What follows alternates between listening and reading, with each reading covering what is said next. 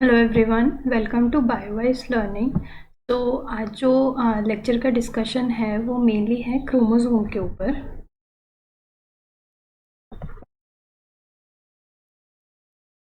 Lecture में इसका एक ब्रीफ में डिस्कस करूंगी कि क्रोमोसोम क्या होते हैं, किस तरीके से क्रोमोसोम्स के टाइप्स हम डिवाइड कर सकते हैं।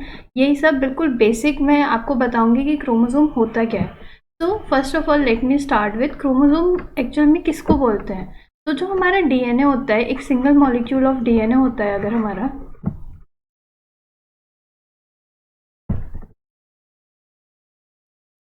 वो कॉइल्ड होता है अराउंड हिस्टोन प्रोटीन। हिस्टोन एक प्रोटीन होता है, उसके अराउंड हमारा जो डीएनए होता है वो कॉइल होता है। कि जैसे कि हमें पता है जो हमारा डीएनए होता है वो बहुत ज़्यादा लंबा होता है, वेरी लॉन्ग इन साइज। तो ऐसा तो पॉसिबल है नहीं। अगर हम देखें हमारी बॉडी में कितने सारे सेल्स हैं, हमारी जो बॉडी है वो यूनिसेलुलर ना होकर के मल्टी सेलुलर है, मतलब इसमें सेवरल सेल्स हैं। अगर यहाँ पे हमारे पास सेवरल सेल्स हैं, इसका मतलब उन सेल्स के अंदर न्यूक्लियस होगा। And we all know that nucleus के अंदर क्या होता है, क्रोमोसोम होता है।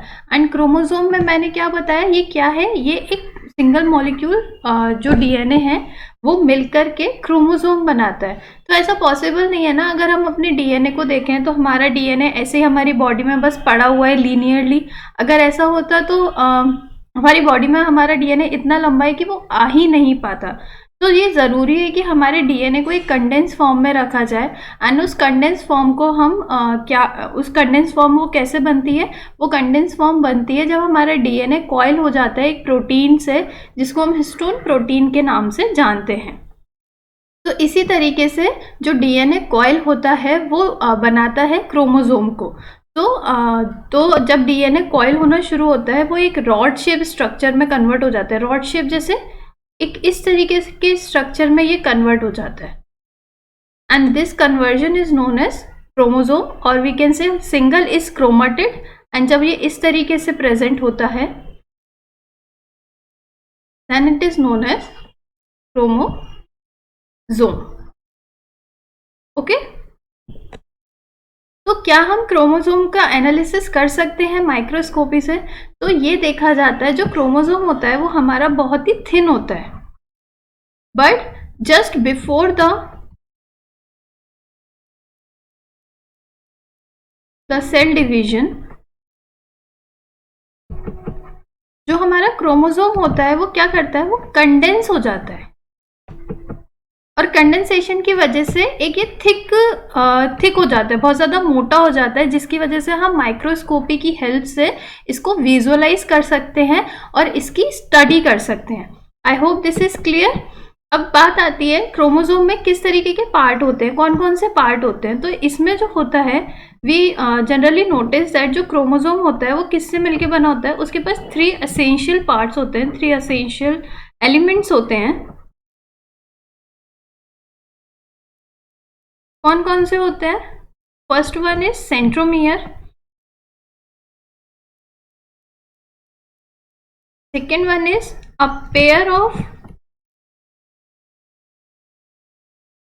Telomere, and then third component is origin of replication.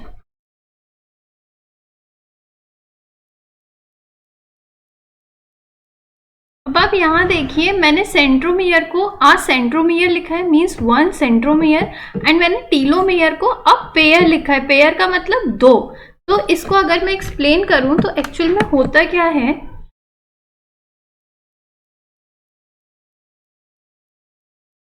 ये जो सिंगल होता है इसको हम बोलते हैं क्रोमाटिड। जब इसका रेप्लिकेशन होता है,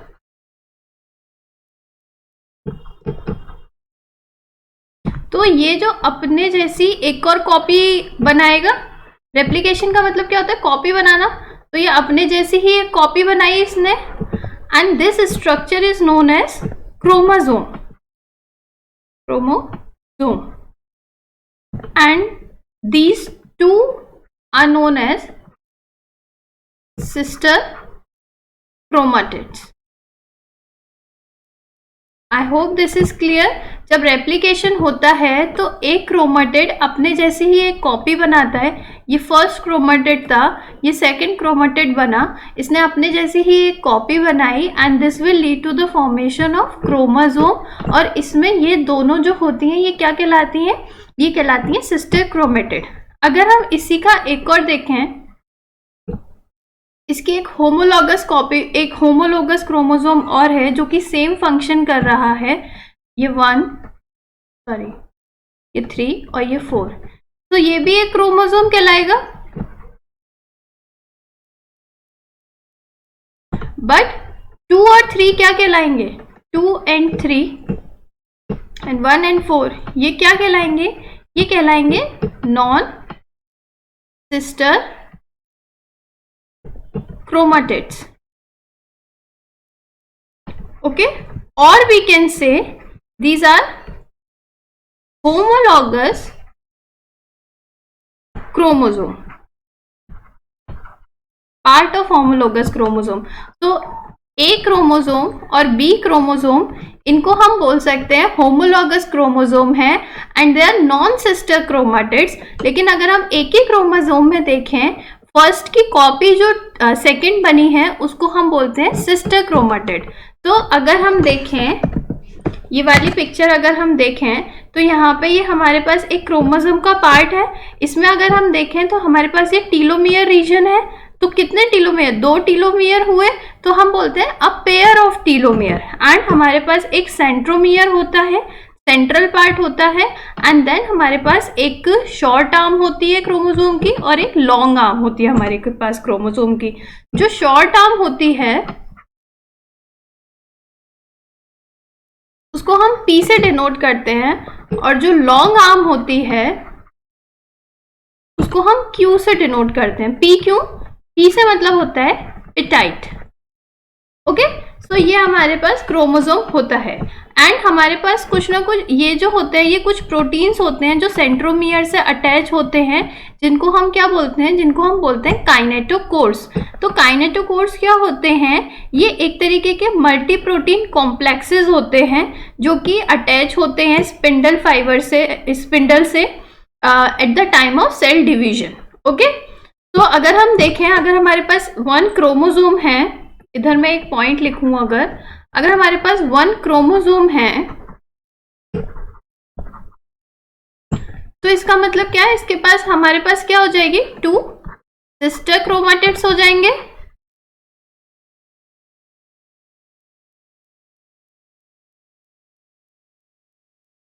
टू सिस्टर क्रोमेटिड्स हैं तो हमारे पास 1 सेंट्रोमियर हो जाएगा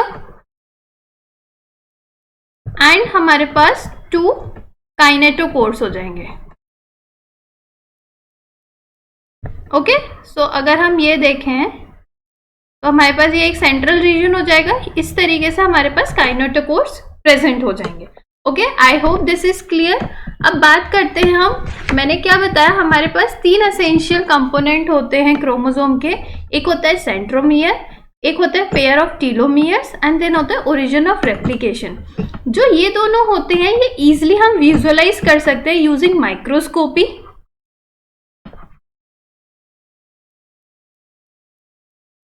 बट जो ओरिजिन ऑफ रेप्लिकेशन होता है we can not easily visualise, क्योंकि हमें पता है जो ओरिजिन ऑफ रेप्लिकेशन होता है ये एक सीक्वेंस होता है amino acids, sorry sequence of nucleotides. तो एक पर्टिकुलर सीक्वेंस के बेसिस पे हम ये पता लगाते हैं कि ओके नाउ ये ओरिजिन ऑफ रेप्लिकेशन है, ये एक स्टार्टिंग पॉइंट है हमारे जहाँ से रेप्लिकेशन शुरू होगा। तो इसको हम ऐसे विजुअलाइज नहीं कर सकते, इसकी हम एनालिसिस करते हैं कि ये सीक्वेंस अगर आ रहा है तो ये ओरिजिन ऑफ रेप्लिकेशन है। तो पहला मैं डिस्कस करूंगी आपके साथ सेंट्रोमियर के बारे में। सो सेंट्रोमियर क्या होता है?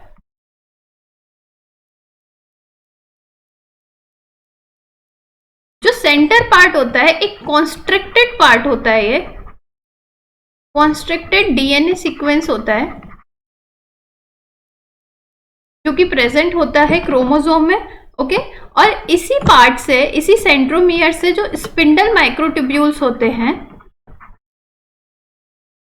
वो अटैच होते हैं।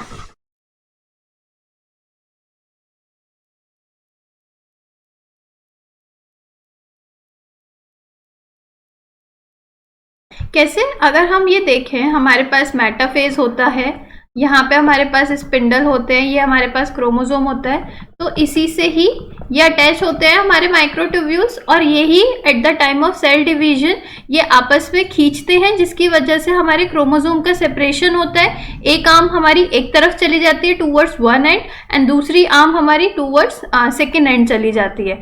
तो ये जो माइक्रोट्यूब्यूल्स होते हैं ये सेंट्रोमियर से ही अटैच होते हैं। इस सेंट्रोमियर की पोजीशंस की वजह से ही अलग अलग तरीके के क्रोमोसोम्स होते हैं। Okay, on the basis of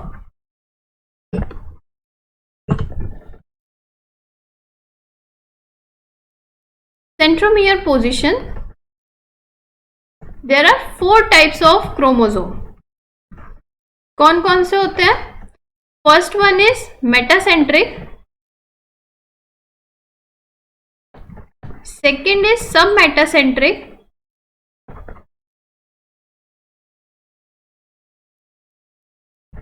then comes acrocentric,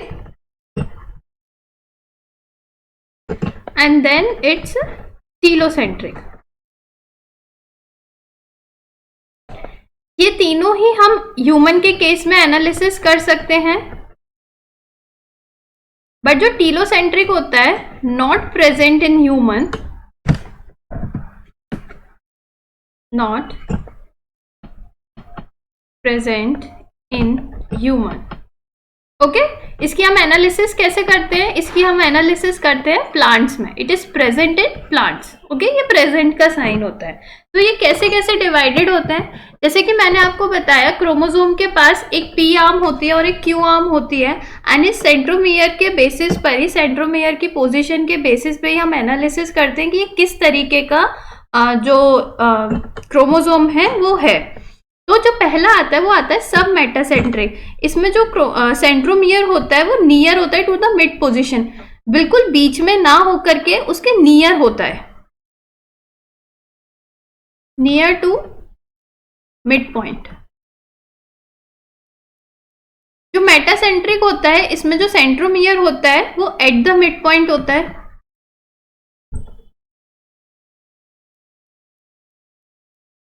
जो टीलोसेंट्रिक होता है इसमें आप देख सकते हैं जो सेंट्रोमियर है वो टूवर्ड्स द वन एंड चला गया,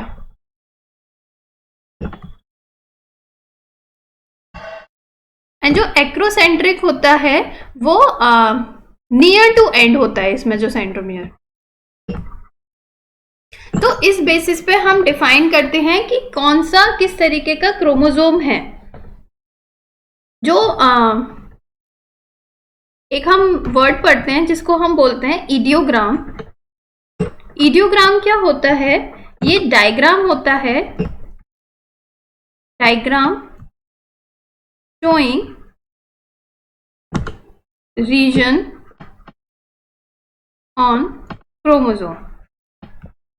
किसी भी रीजन को जो डिफाइन कर रहा होता है, जैसे हम बता रहे हैं कि ये टीलोमियर रीजन है, ये सेंट्रोमियर रीजन है, तो जो डायग्राम हमारे लिए यूजफुल होता है जिसमें हम पता लगा पाते हैं कि कहाँ पे कौन सा रीजन लाई कर रहा है, उस तरीके के डायग्राम को हम क्या बोलते हैं? उस तरीके के डायग्राम को हम बोलते हैं idiogram. I hope this is clear कि किस तरीके से हमारे क्रोमोसोम का डिवीजन हो रहा है सेंट्रोमियर के बेसिस पे। जो सेकंड हमारा मोस्ट इंपॉर्टेंट पॉइंट है, मोस्ट एसेंशियल पॉइंट है, वो आता है सेकंड वन इज टीलोमियर।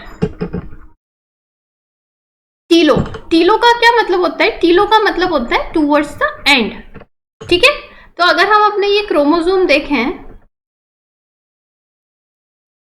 तो जो एंड में जो होता है, एंड में जो रीजन होता है, एक डीएनए सीक्वेंस होता है, इस रीजन को हम क्या बोलते हैं? इस रीजन को हम बोलते हैं टीलोमेरिक रीजन।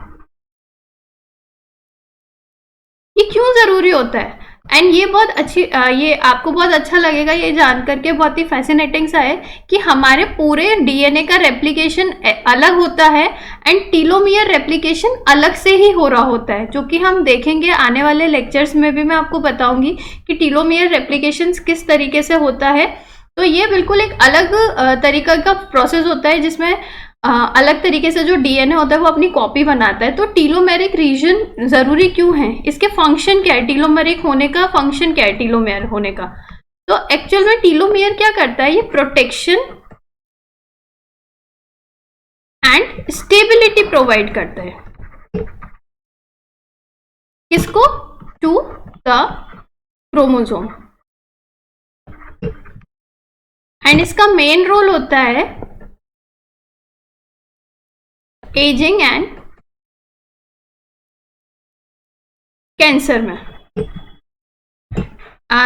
एजिंग में किस तरीके से रोल होता है? जैसे जैसे पर्सन की एज बढ़ती है उसका जो टीलोमेरिक रीजन जो होता है वो छोटा होता जाता है, मतलब उसकी रेप्लिकेटिव पावर बहुत कम होती जाती है। लेकिन जो कैंसरस सेल होते हैं वो क्या करते हैं, उन कैंसरस सेल में क्या होता है कि वो जो उनका जो टीलोमेरिक रीजन होता है वो कंटिन्यूसली ग्रो करता जाता है, उसमें कोई भी एपोप्टोसिस नहीं होता है, उसमें कंटिन्यूसली रेप्लिकेशन होता रहता है। इस वजह से जो वो कैंसर सेल होता है वो हमेशा ही लाइव रहता है, वो उसका कभी भी वो अपोप्टोसिस होता ही नहीं है। तो एजिंग और कैंसर में इस तरीके से टीलोमेरिक रीजन का बहुत ही असेंशियल रोल होता है। अब टीलोमेरिक रीजन कैसे, अगर मैं इसका एग्जाम्पल लूं, ये क्या है? ये एक शू लेस है। शू लेस से हम सभी जानते होंगे, जो हमारे शूज में लेसेस होते हैं। इसका एग्जाम्पल मैंने क्यों लिया है, ये देखिए यहाँ पे जो हमारे शू लेसेस होते हैं हम डे टू डे लाइफ में देखते हैं, इसके एंड्स में ये क्या होता है, ये एक प्लास्टिक का एक कवरिंग होती है। अगर ये कवरिंग हम हटा दें तो क्या होगा, हमारा ये जो शू लेस हमारा किससे बना है? थ्रेड से बना है, तो ये ओपन होने लगेगा। तो ये एक्चुअल में क्या कर रहा है, ये इसकी ओपनिंग को रेस्ट्रिक्ट कर रहा है, ये इसको ओपन नहीं होने दे रहा है। तो इसी तरीके से अगर हम देखें तो ये प्रोटेक्ट कर रहा है हमारे शू लेस को ओपन होने से। तो इसी तरीके से जो टीलोमियर होता है हमारे क्रोमोसोम में, वो प्रोटेक्ट करता है हमारे क्रोमोसोम को, क्योंकि अगर टीलोमेरिक रीजन नहीं होगा तो देयर आर चांसेस कि हमारा डीएनए जो होगा वो ओपन हो जाएगा। वो एक तरीके से हमारे डीएनए को ओपन होने से रोकता है। इस वजह से ये प्रोटेक्शन एंड स्टेबिलिटी प्रोवाइड करता है हमारे डीएनए के लिए। Okay, I hope this is clear कि टीलोमेरिक रीजन का क्या फंक्शन होता है। जो थर्ड एसेंशियल पॉइंट मैंने आपको बताया था वो बताया था ओरिजिन ऑफ रेप्लिकेशन।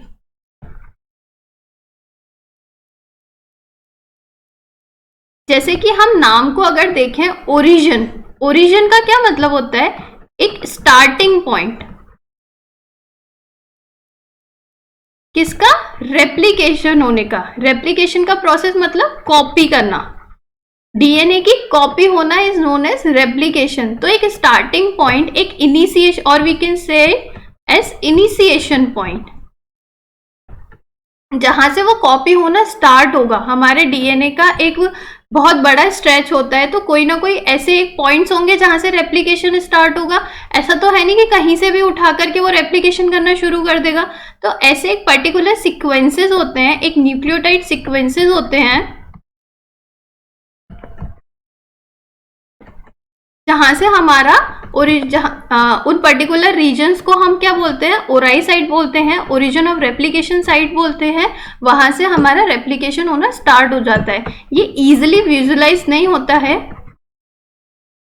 क्योंकि ऑब्वियसली अगर आप देखिए, हम ऐसे थोड़े ना कि हम माइक्रोस्कोप में अपना डीएनए एनालिसिस कर रहे हैं एंड हमें उसमें न्यूक्लियोटाइड के सीक्वेंसेस पता लग जाएंगे। हाँ, एक रीजन पता चल सकता है कि ये सेंट्रोमियर है, ये टीलोमियर है, हम ये थोड़ा बहुत एनालिसिस कर सकते हैं, बट ओरिजिन ऑफ रेप्लिकेशन को हम इतना इजीली विजुलाइज नहीं करते हैं, इसकी हम एनालिसिस करते हैं।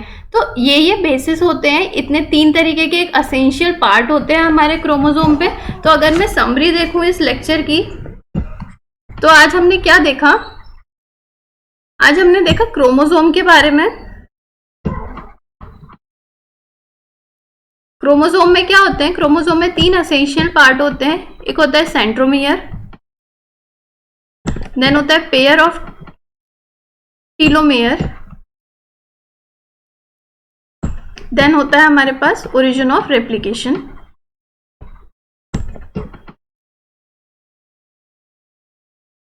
जो सेंट्रोमियर होता है ये सेंटर में प्रेजेंट होता है, ये कॉन्स्ट्रिक्टेड डीएनए सीक्वेंसेस होते हैं। इनके बेसिस पे अलग अलग तरीके से क्रोमोसोम होते हैं। एक होता है सब मेटासेंट्रिक, एक होता है metacentric, then comes to acrocentric, then comes telocentric.